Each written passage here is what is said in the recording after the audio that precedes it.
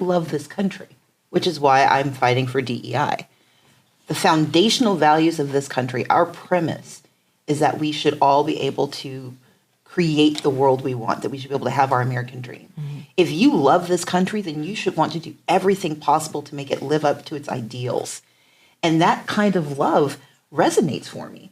And it makes me move harder in the spaces where people are telling me I'm not permitted or where they're trying to block others from getting access. When I think about your 7-year-old daughter or my nieces and nephews, when I think about your parents, they deserve to be in a country that loves them as much as we love our country.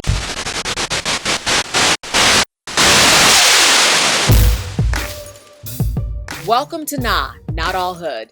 Stacey Abrams is known as a political leader and voting rights advocate, but her best-selling political thrillers leave the campaigns behind and mix intrigue with lots of romance.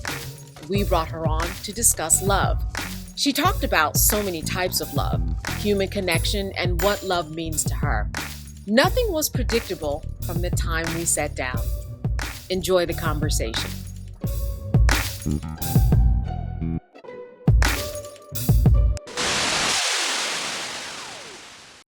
So you know how I love to start. Well, Candace knows how I love to start. I do. I love to start because there's so much going on in the world, right? I hadn't noticed. You didn't know? Never considered it, huh? So I like to start with like, what's good? What's good in the world or what's good in your world? I have 6 nieces and nephews who are just spectacularly different children. I love the fact that they belong to other people. Which means I get to borrow them when I want. Right. And then return to sender. But they are just, it's watching these fascinating young people who are range in age from 9 to 13, but see the world so dramatically differently. And when I get to see them all together, when they're playing together, it just reminds me that, yeah, life is good. There are good things to be done.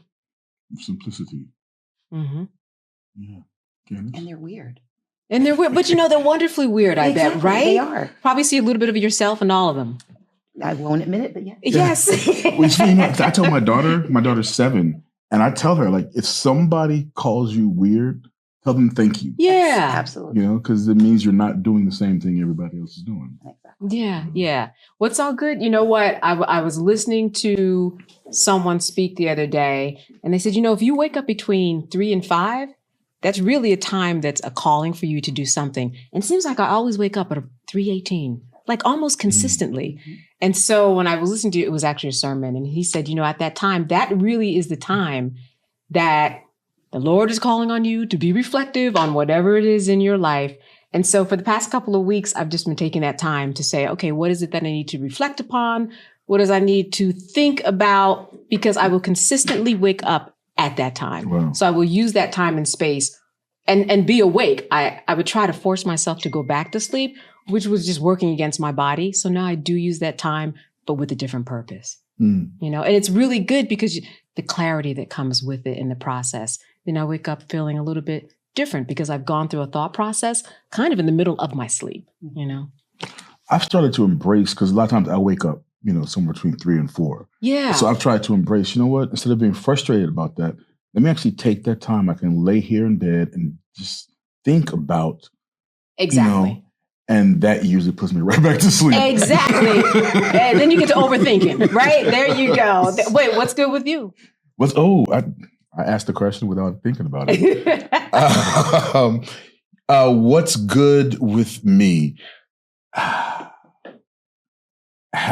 Waking up and having another day to do better and be better. And I don't want that to sound cliche, but I've got a couple of different turning points in my life, and I can often find myself battling overwhelm.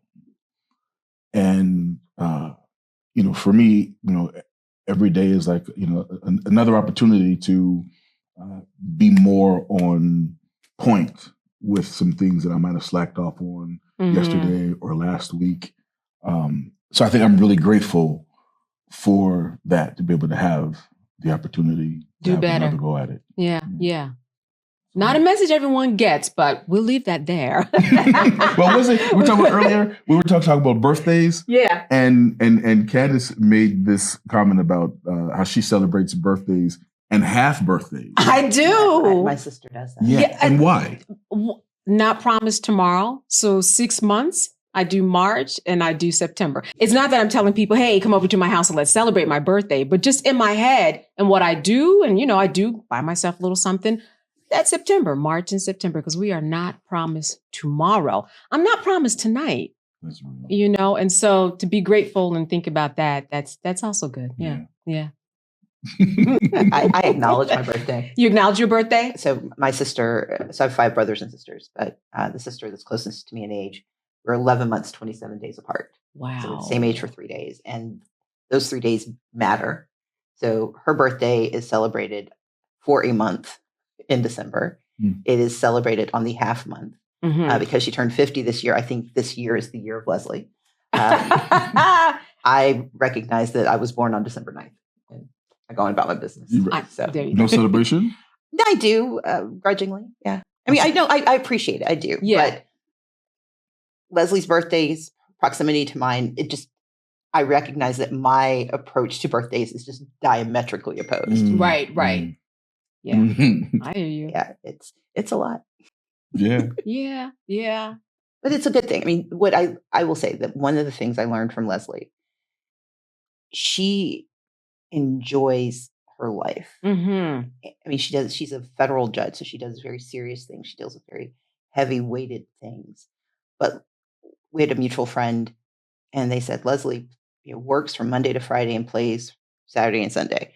But you will never find anyone who works as hard or someone who enjoys enjoyment as much. And that balance is something I strive for. I don't get there at all, but I admire how much she is willing to give herself permission to be happy, permission to celebrate. Right. I haven't quite found that permission structure, but it is one thing I deeply admire about her. But I look at your writing as a way or an outlet to kind of look into a different passion in your life that probably provides you some balance. I mean, of someone as busy as you, I would imagine that writing about love of all things and in the world that you are in would be something that is a wonderful outlet to help you find a balance. It is. So I strive for work-life Jenga. Okay. Balance, I think, lulls you into this notion that if you don't have it, you're not doing something right. I realized early on I wasn't going to find balance. So instead, I have Jenga. I'm going to stack everything up. I'm going to put the most important things in the most structurally safe place. I'm going to add the other things that I want, that I need, that I'm called to do. And then I'm going to start pulling pieces out. And for me, writing is one of those Jenga pieces. And so when I get to write romance, when I get to write about love, I get to write and enjoy that part of who I am. But there are times where I pull that piece and like, oops, that was the wrong piece to pull. Or I've got to find another way to fit it in. But I always push back against the idea of balance, because balance presumes that if you don't have it, you're doing something wrong, as opposed to we have to construct the lives that we can live, not the lives that we think we should live, because we've got to be there every day. So to your point, we're not guaranteed anything. I'm not going to spend my life worrying about why I don't have balance. I'm going to spend my time doing the things that bring me joy, that help me learn, that help me feel like I'm doing my part. And I'm not going to worry about the fact that something is going to fail. I'm going to pull the wrong piece and the whole thing's going to collapse, because the whole point of Jenga is you can start again. That's right. Right. After it collapses. You just released me. Yeah, right? From a lot. Because I think I have that same issue with balance. I feel like because I don't have that balance, I'm not doing it right. But I love. So when you say, so let's say it's the writing is the piece you pull out, and that's the wrong piece. What makes that the wrong piece at that time? It might be when I said I was going to write a book, because often the publisher either wants their book or their money back. So that'll do it. I got to have a story. And I didn't anticipate that this other thing would be happening at the exact same time. So when I started writing romance, it was during law school. I initially wanted to write espionage novels, but publishers wouldn't publish spy novels by or about women, and they would not put a Black woman's face on the cover. And so that was a Jenga piece where I thought I had this construct for what I was going to do. And publishers were like, no, you're not. And the idea fell apart until I realized, well, I know I'd read Spies. It turns out I was reading romance novels and watching General Hospital. Right. There you go. So I was like, okay, what can I reconstruct from this dream I had that's fallen apart? And the next piece was I was going to still tell the stories, but at the time there weren't very many Black women who were being published in romance. And this was at the late 90s, 99, early 2000s. And so I found a publisher who would. And I rebuilt my idea of what I was going to do because the writing was what mattered. The story mattered. I was so fixated on the medium that I forgot the message. And when I gave myself permission to reconstruct, I became a romance novelist. So you write about so many different things. The first time I picked up one of your books was during COVID, Deception. Yes. Which is a part of a trilogy, though, right? So that's the second one. So I came on a little bit. The Reckless. Right, exactly. But it all worked out. But, you're writing about everything in all of your works, from the law to what's going on in the Supreme Court, cryptocurrency, national grids. But why add the love narrative to it? As you said, you started writing out in terms of spy novels, but then you added the love part. What does that do for you in terms of being able to write about love?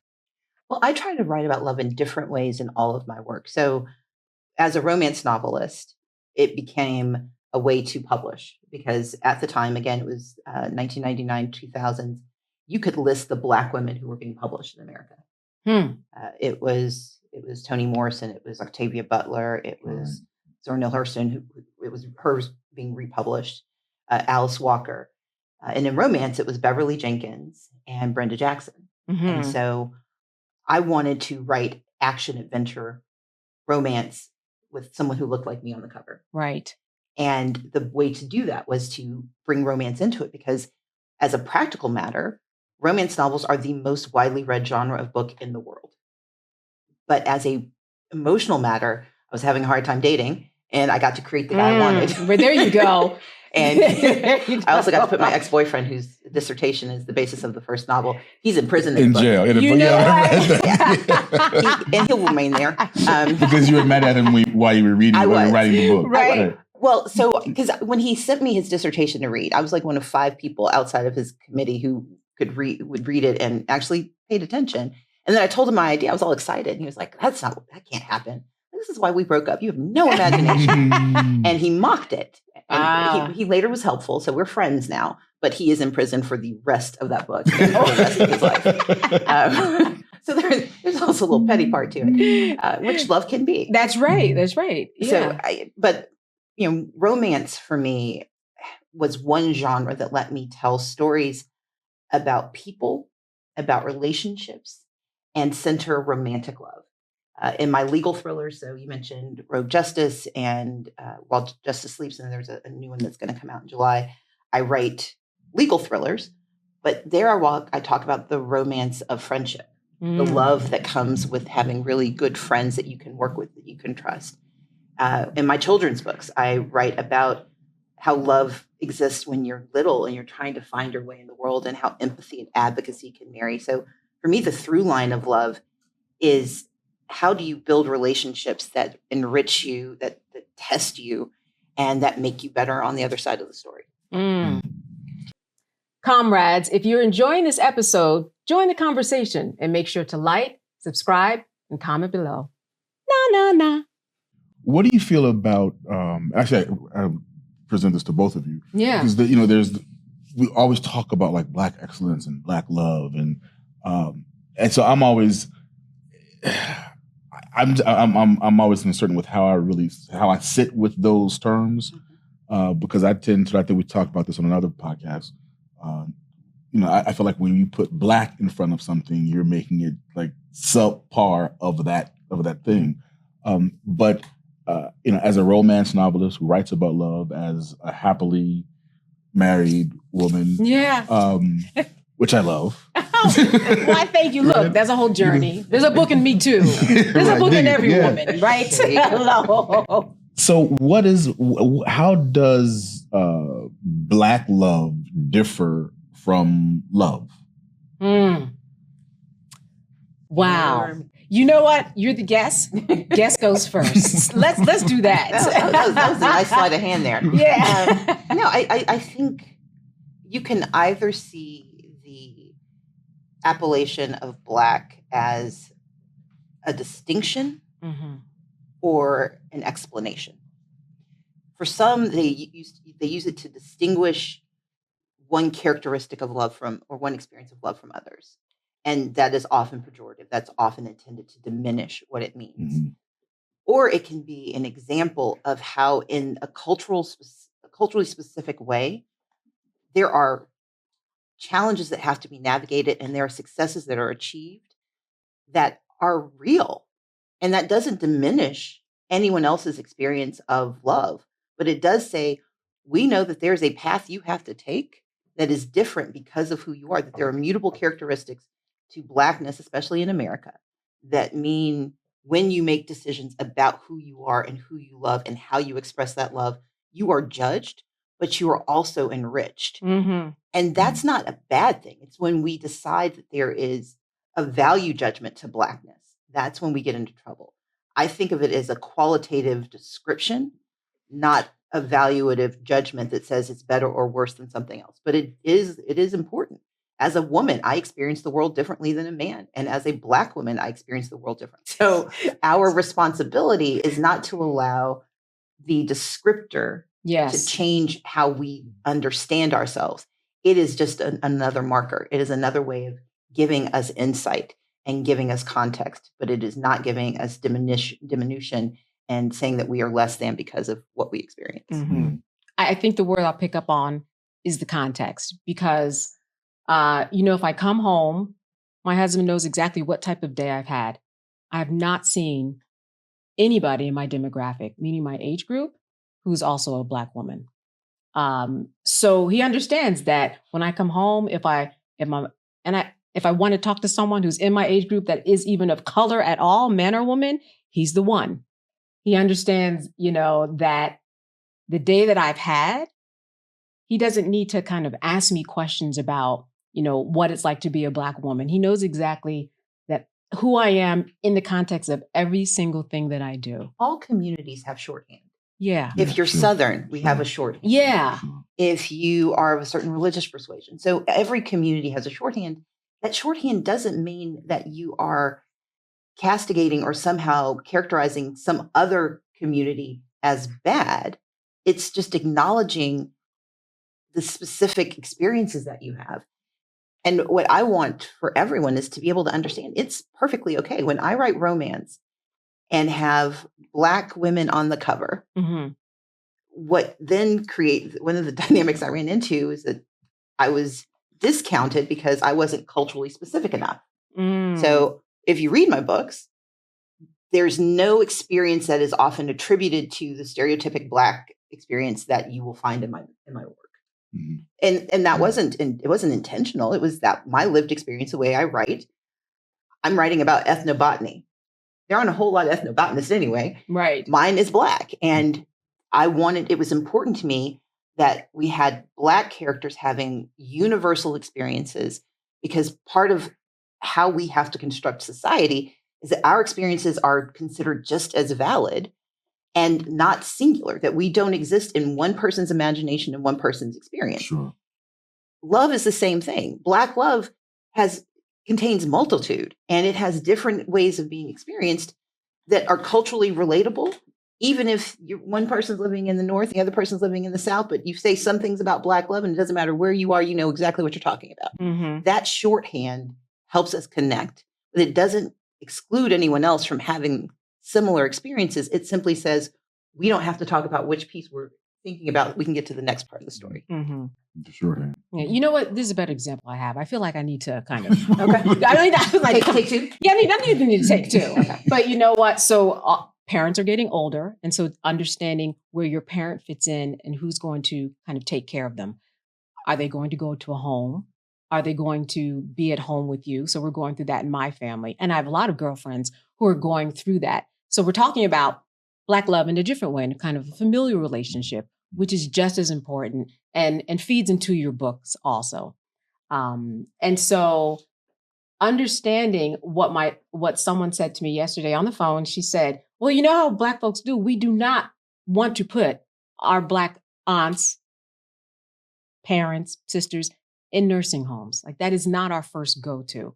So even though it comes to a point where you might have to, there is that thing that you have to acknowledge. I know that we do, and me and my friends in the family, like, that's not what we do as a Black community. Mm-hmm. That is not how we were brought up. And to go to the nursing home way is a very big deal. That may not be as big a deal in other cultures, but it is very big deal and very specific to the Black culture in terms of my understanding and how I grew up, that you don't automatically and don't quickly or naturally put somebody into a home. And it's a big battle when push comes to shove. So that being an example of the Black love that you have inside of familial relationships, you know? And so when I think about Black love, I think about it inside of relationships between, you know, man and woman or whatever, you know, man and man, whatever you might be. Then your relationships inside of friendships, and then your relationships inside of family. Mm-hmm. And so when I think about love, I'm informed by all of those relationships in terms of what I think about it and what it means. You talk about familial relationships, and I've talked about this publicly. I have 5 brothers and sisters, and we have a younger brother who has struggled with the carceral system and who has struggled with drug addiction. And there's a very specific way that we love him and that we acknowledge and accept the mistakes that he's made, but we also aren't going to abandon him because he's done things that we disagree with. In fact, we created a siblings book club because we grew up, we love to read. So we all grew up reading. And when he was released and was sort of trying to find his way, one of the ways we connected, because we were all in different parts of the country, we had a family book club or sibling book club. My mother is mad because she can't join it. Yeah, it's just for us. And we each rotate picking a book, and we talk about the book, and we learn things about each other that we did not need to know, but it was a way for us to be together. And we were able to use our experience, because in the Black experience, especially for Black men, that carceral experience is more prevalent than it should be. Mm-hmm. And how we had to help our brother navigate it and navigate the aftermath and deal with all of what comes with it meant that we had to find a way to love him. And yes, it was an example of Black love, because I had friends who said, you're still, I was running for office. Like, well, you're going to talk about your brother? I'm like, yeah. Like, you're not going to distance yourself? No, I'm not going to distance myself from someone who I watched grow up and I watched him make mistakes, and I'm going to watch him redeem himself. And I'm going to be a part of all of those spaces. And yes, there is a Black love that says that this is a part of how we have been forced to experience a country that does not always value who we are, especially the men in our lives. And my responsibility and our responsibility as siblings was to surround him, not abandon him. Right. It makes me think of seeing James Baldwin speaking, and he was talking about segregation and how because of segregation, white people miss out on a whole lot, right? There's a whole section of life and how you walk through life and values and cultural things that I think it was white kids miss out on. So it's interesting. So when we talk about, be it Black love, Black power,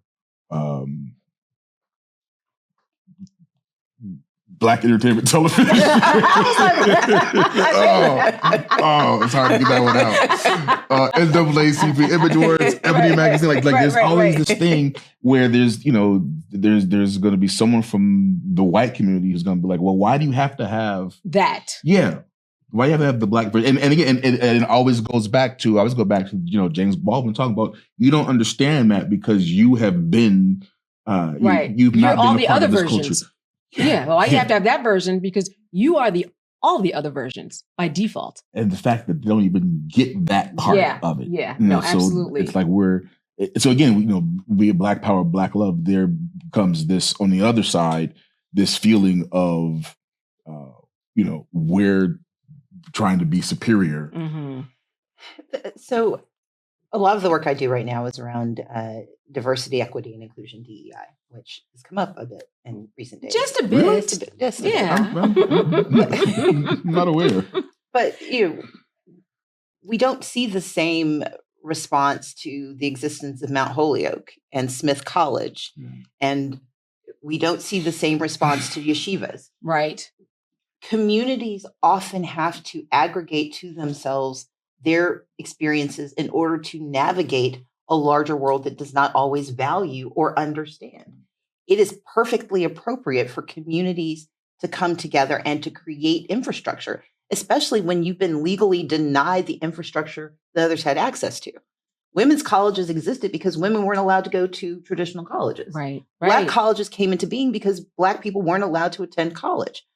Yeshivas came into being because trying to get a Jewish education in a Protestant space was incompatible. It wasn't to attack the existence of the dominant culture. It was to acknowledge the legitimacy of a secondary culture that had to coexist with it. And we should not ever feel that we are diminished by the need to say we've got to live in multiple spaces. We should all strive for that.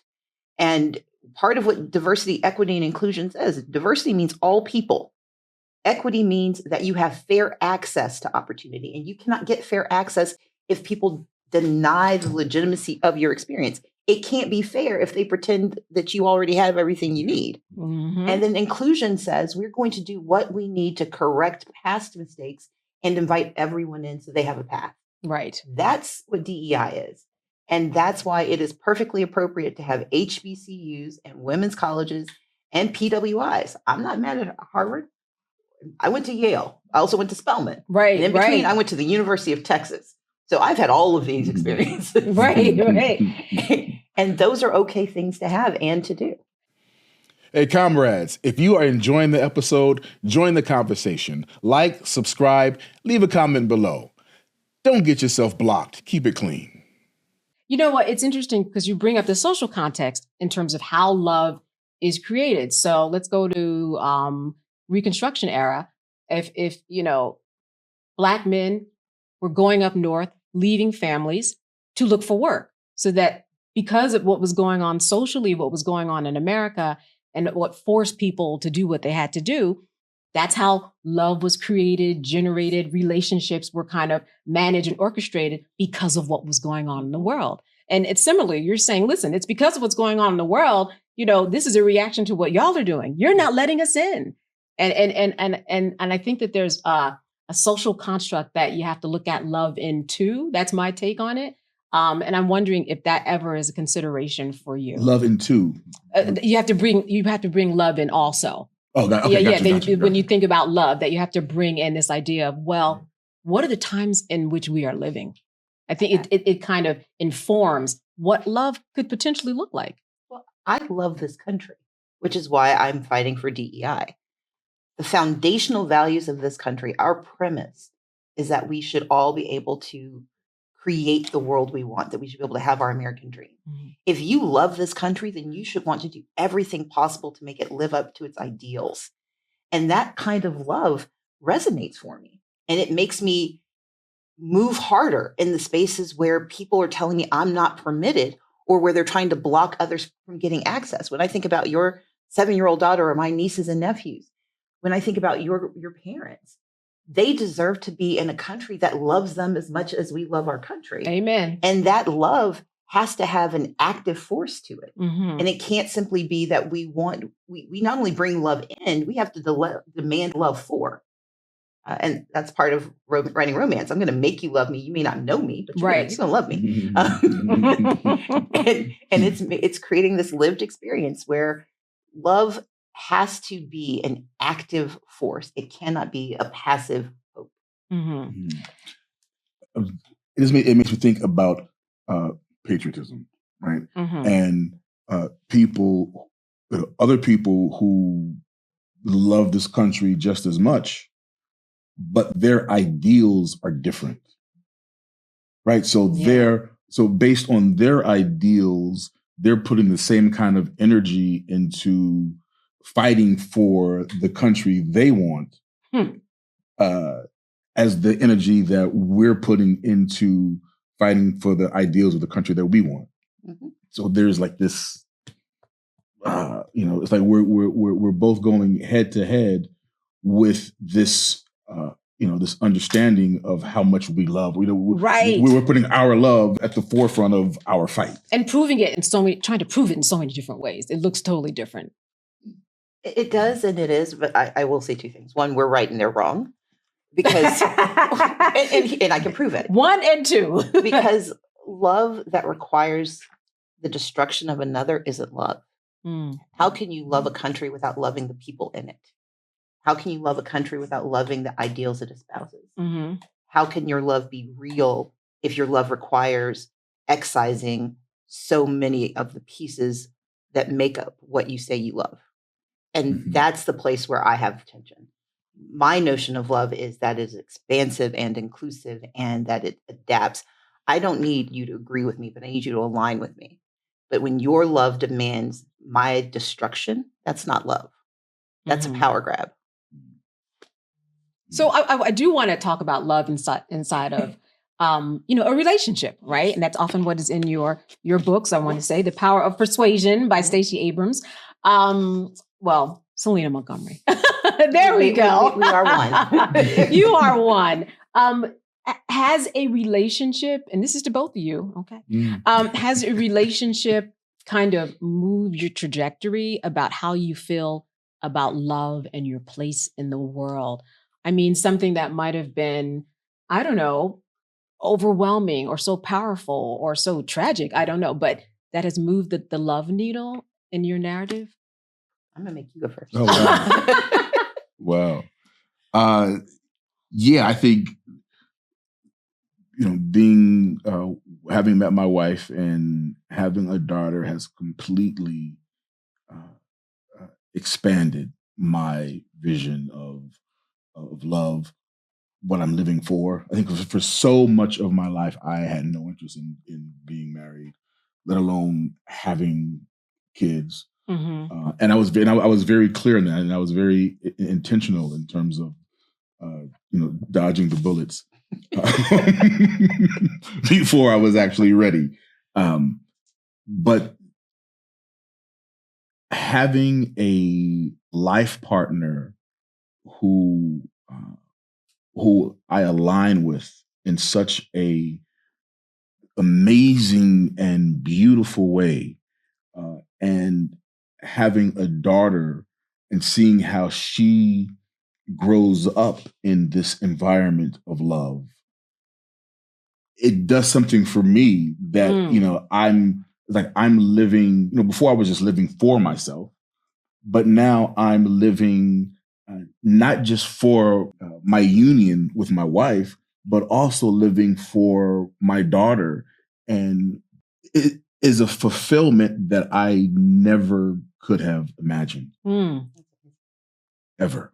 And so I think when we talk about good, I feel like I'm with my marriage and my daughter, I honestly feel like we are living, our love is the stuff that people dream about, honestly. And I don't get to say that a lot because, I feel that people, I feel like as much as, I would love to go to the top of every mountain and yell, I get Tom Cruise when Tom Cruise was on, was it Oprah? Yeah. Oh, yeah. And he was jumping on the couch. I get dude, I get that. I won't do it. Is that why you weren't speaking today? Please. We don't have the couch. This set we don't have the couch. But I get it though. Like there's a, so when I think of love and I think of the love that I have in my life, I've grown up in a loving environment. My parents love me. They've been, divorced, pretty much my whole life. But there's love they've poured into me. In my career, it's a public love, sure, that I've grown up with. So love has always been a huge part of my life. But having this kind of, and maybe that love is, has informed who I am as a loving person. Mm-hmm. But when about the love that I share with my wife and my daughter, like it is literally everything. And I don't brag on them as much as I'd love to. But I brag on them enough to my circle. You do. You do. And it's wonderful. It really is. It really is. So I write romance novels in part because of my aspiration. Mm-hmm. I've not found that person. Mm-hmm. So I keep making him up. I've made 8 of him. 9 if you count Jared, who is in the Avery Keen's novels. But I say it this way. My parents have been married for 56 years. And they live with me right now. They are moving back to their home soon. That's real love. That is real love. Because they were supposed to be there for 2 weeks. It's been 3.5 years. Wow. But watching my parents love each other, watching how they raised us to take care of one another, watching how they taught us to take care of the world around us, makes me understand the dimensions of love and the different experiences. And for me, being in love should make me feel the way you two seem to. And so my aspiration is to find the person who provides for me that same sense of safety and security and opportunity. And so I write novels about it, like Power of Persuasion, and I look around, and if somebody sees somebody, send them my way. There you go. Not all hood.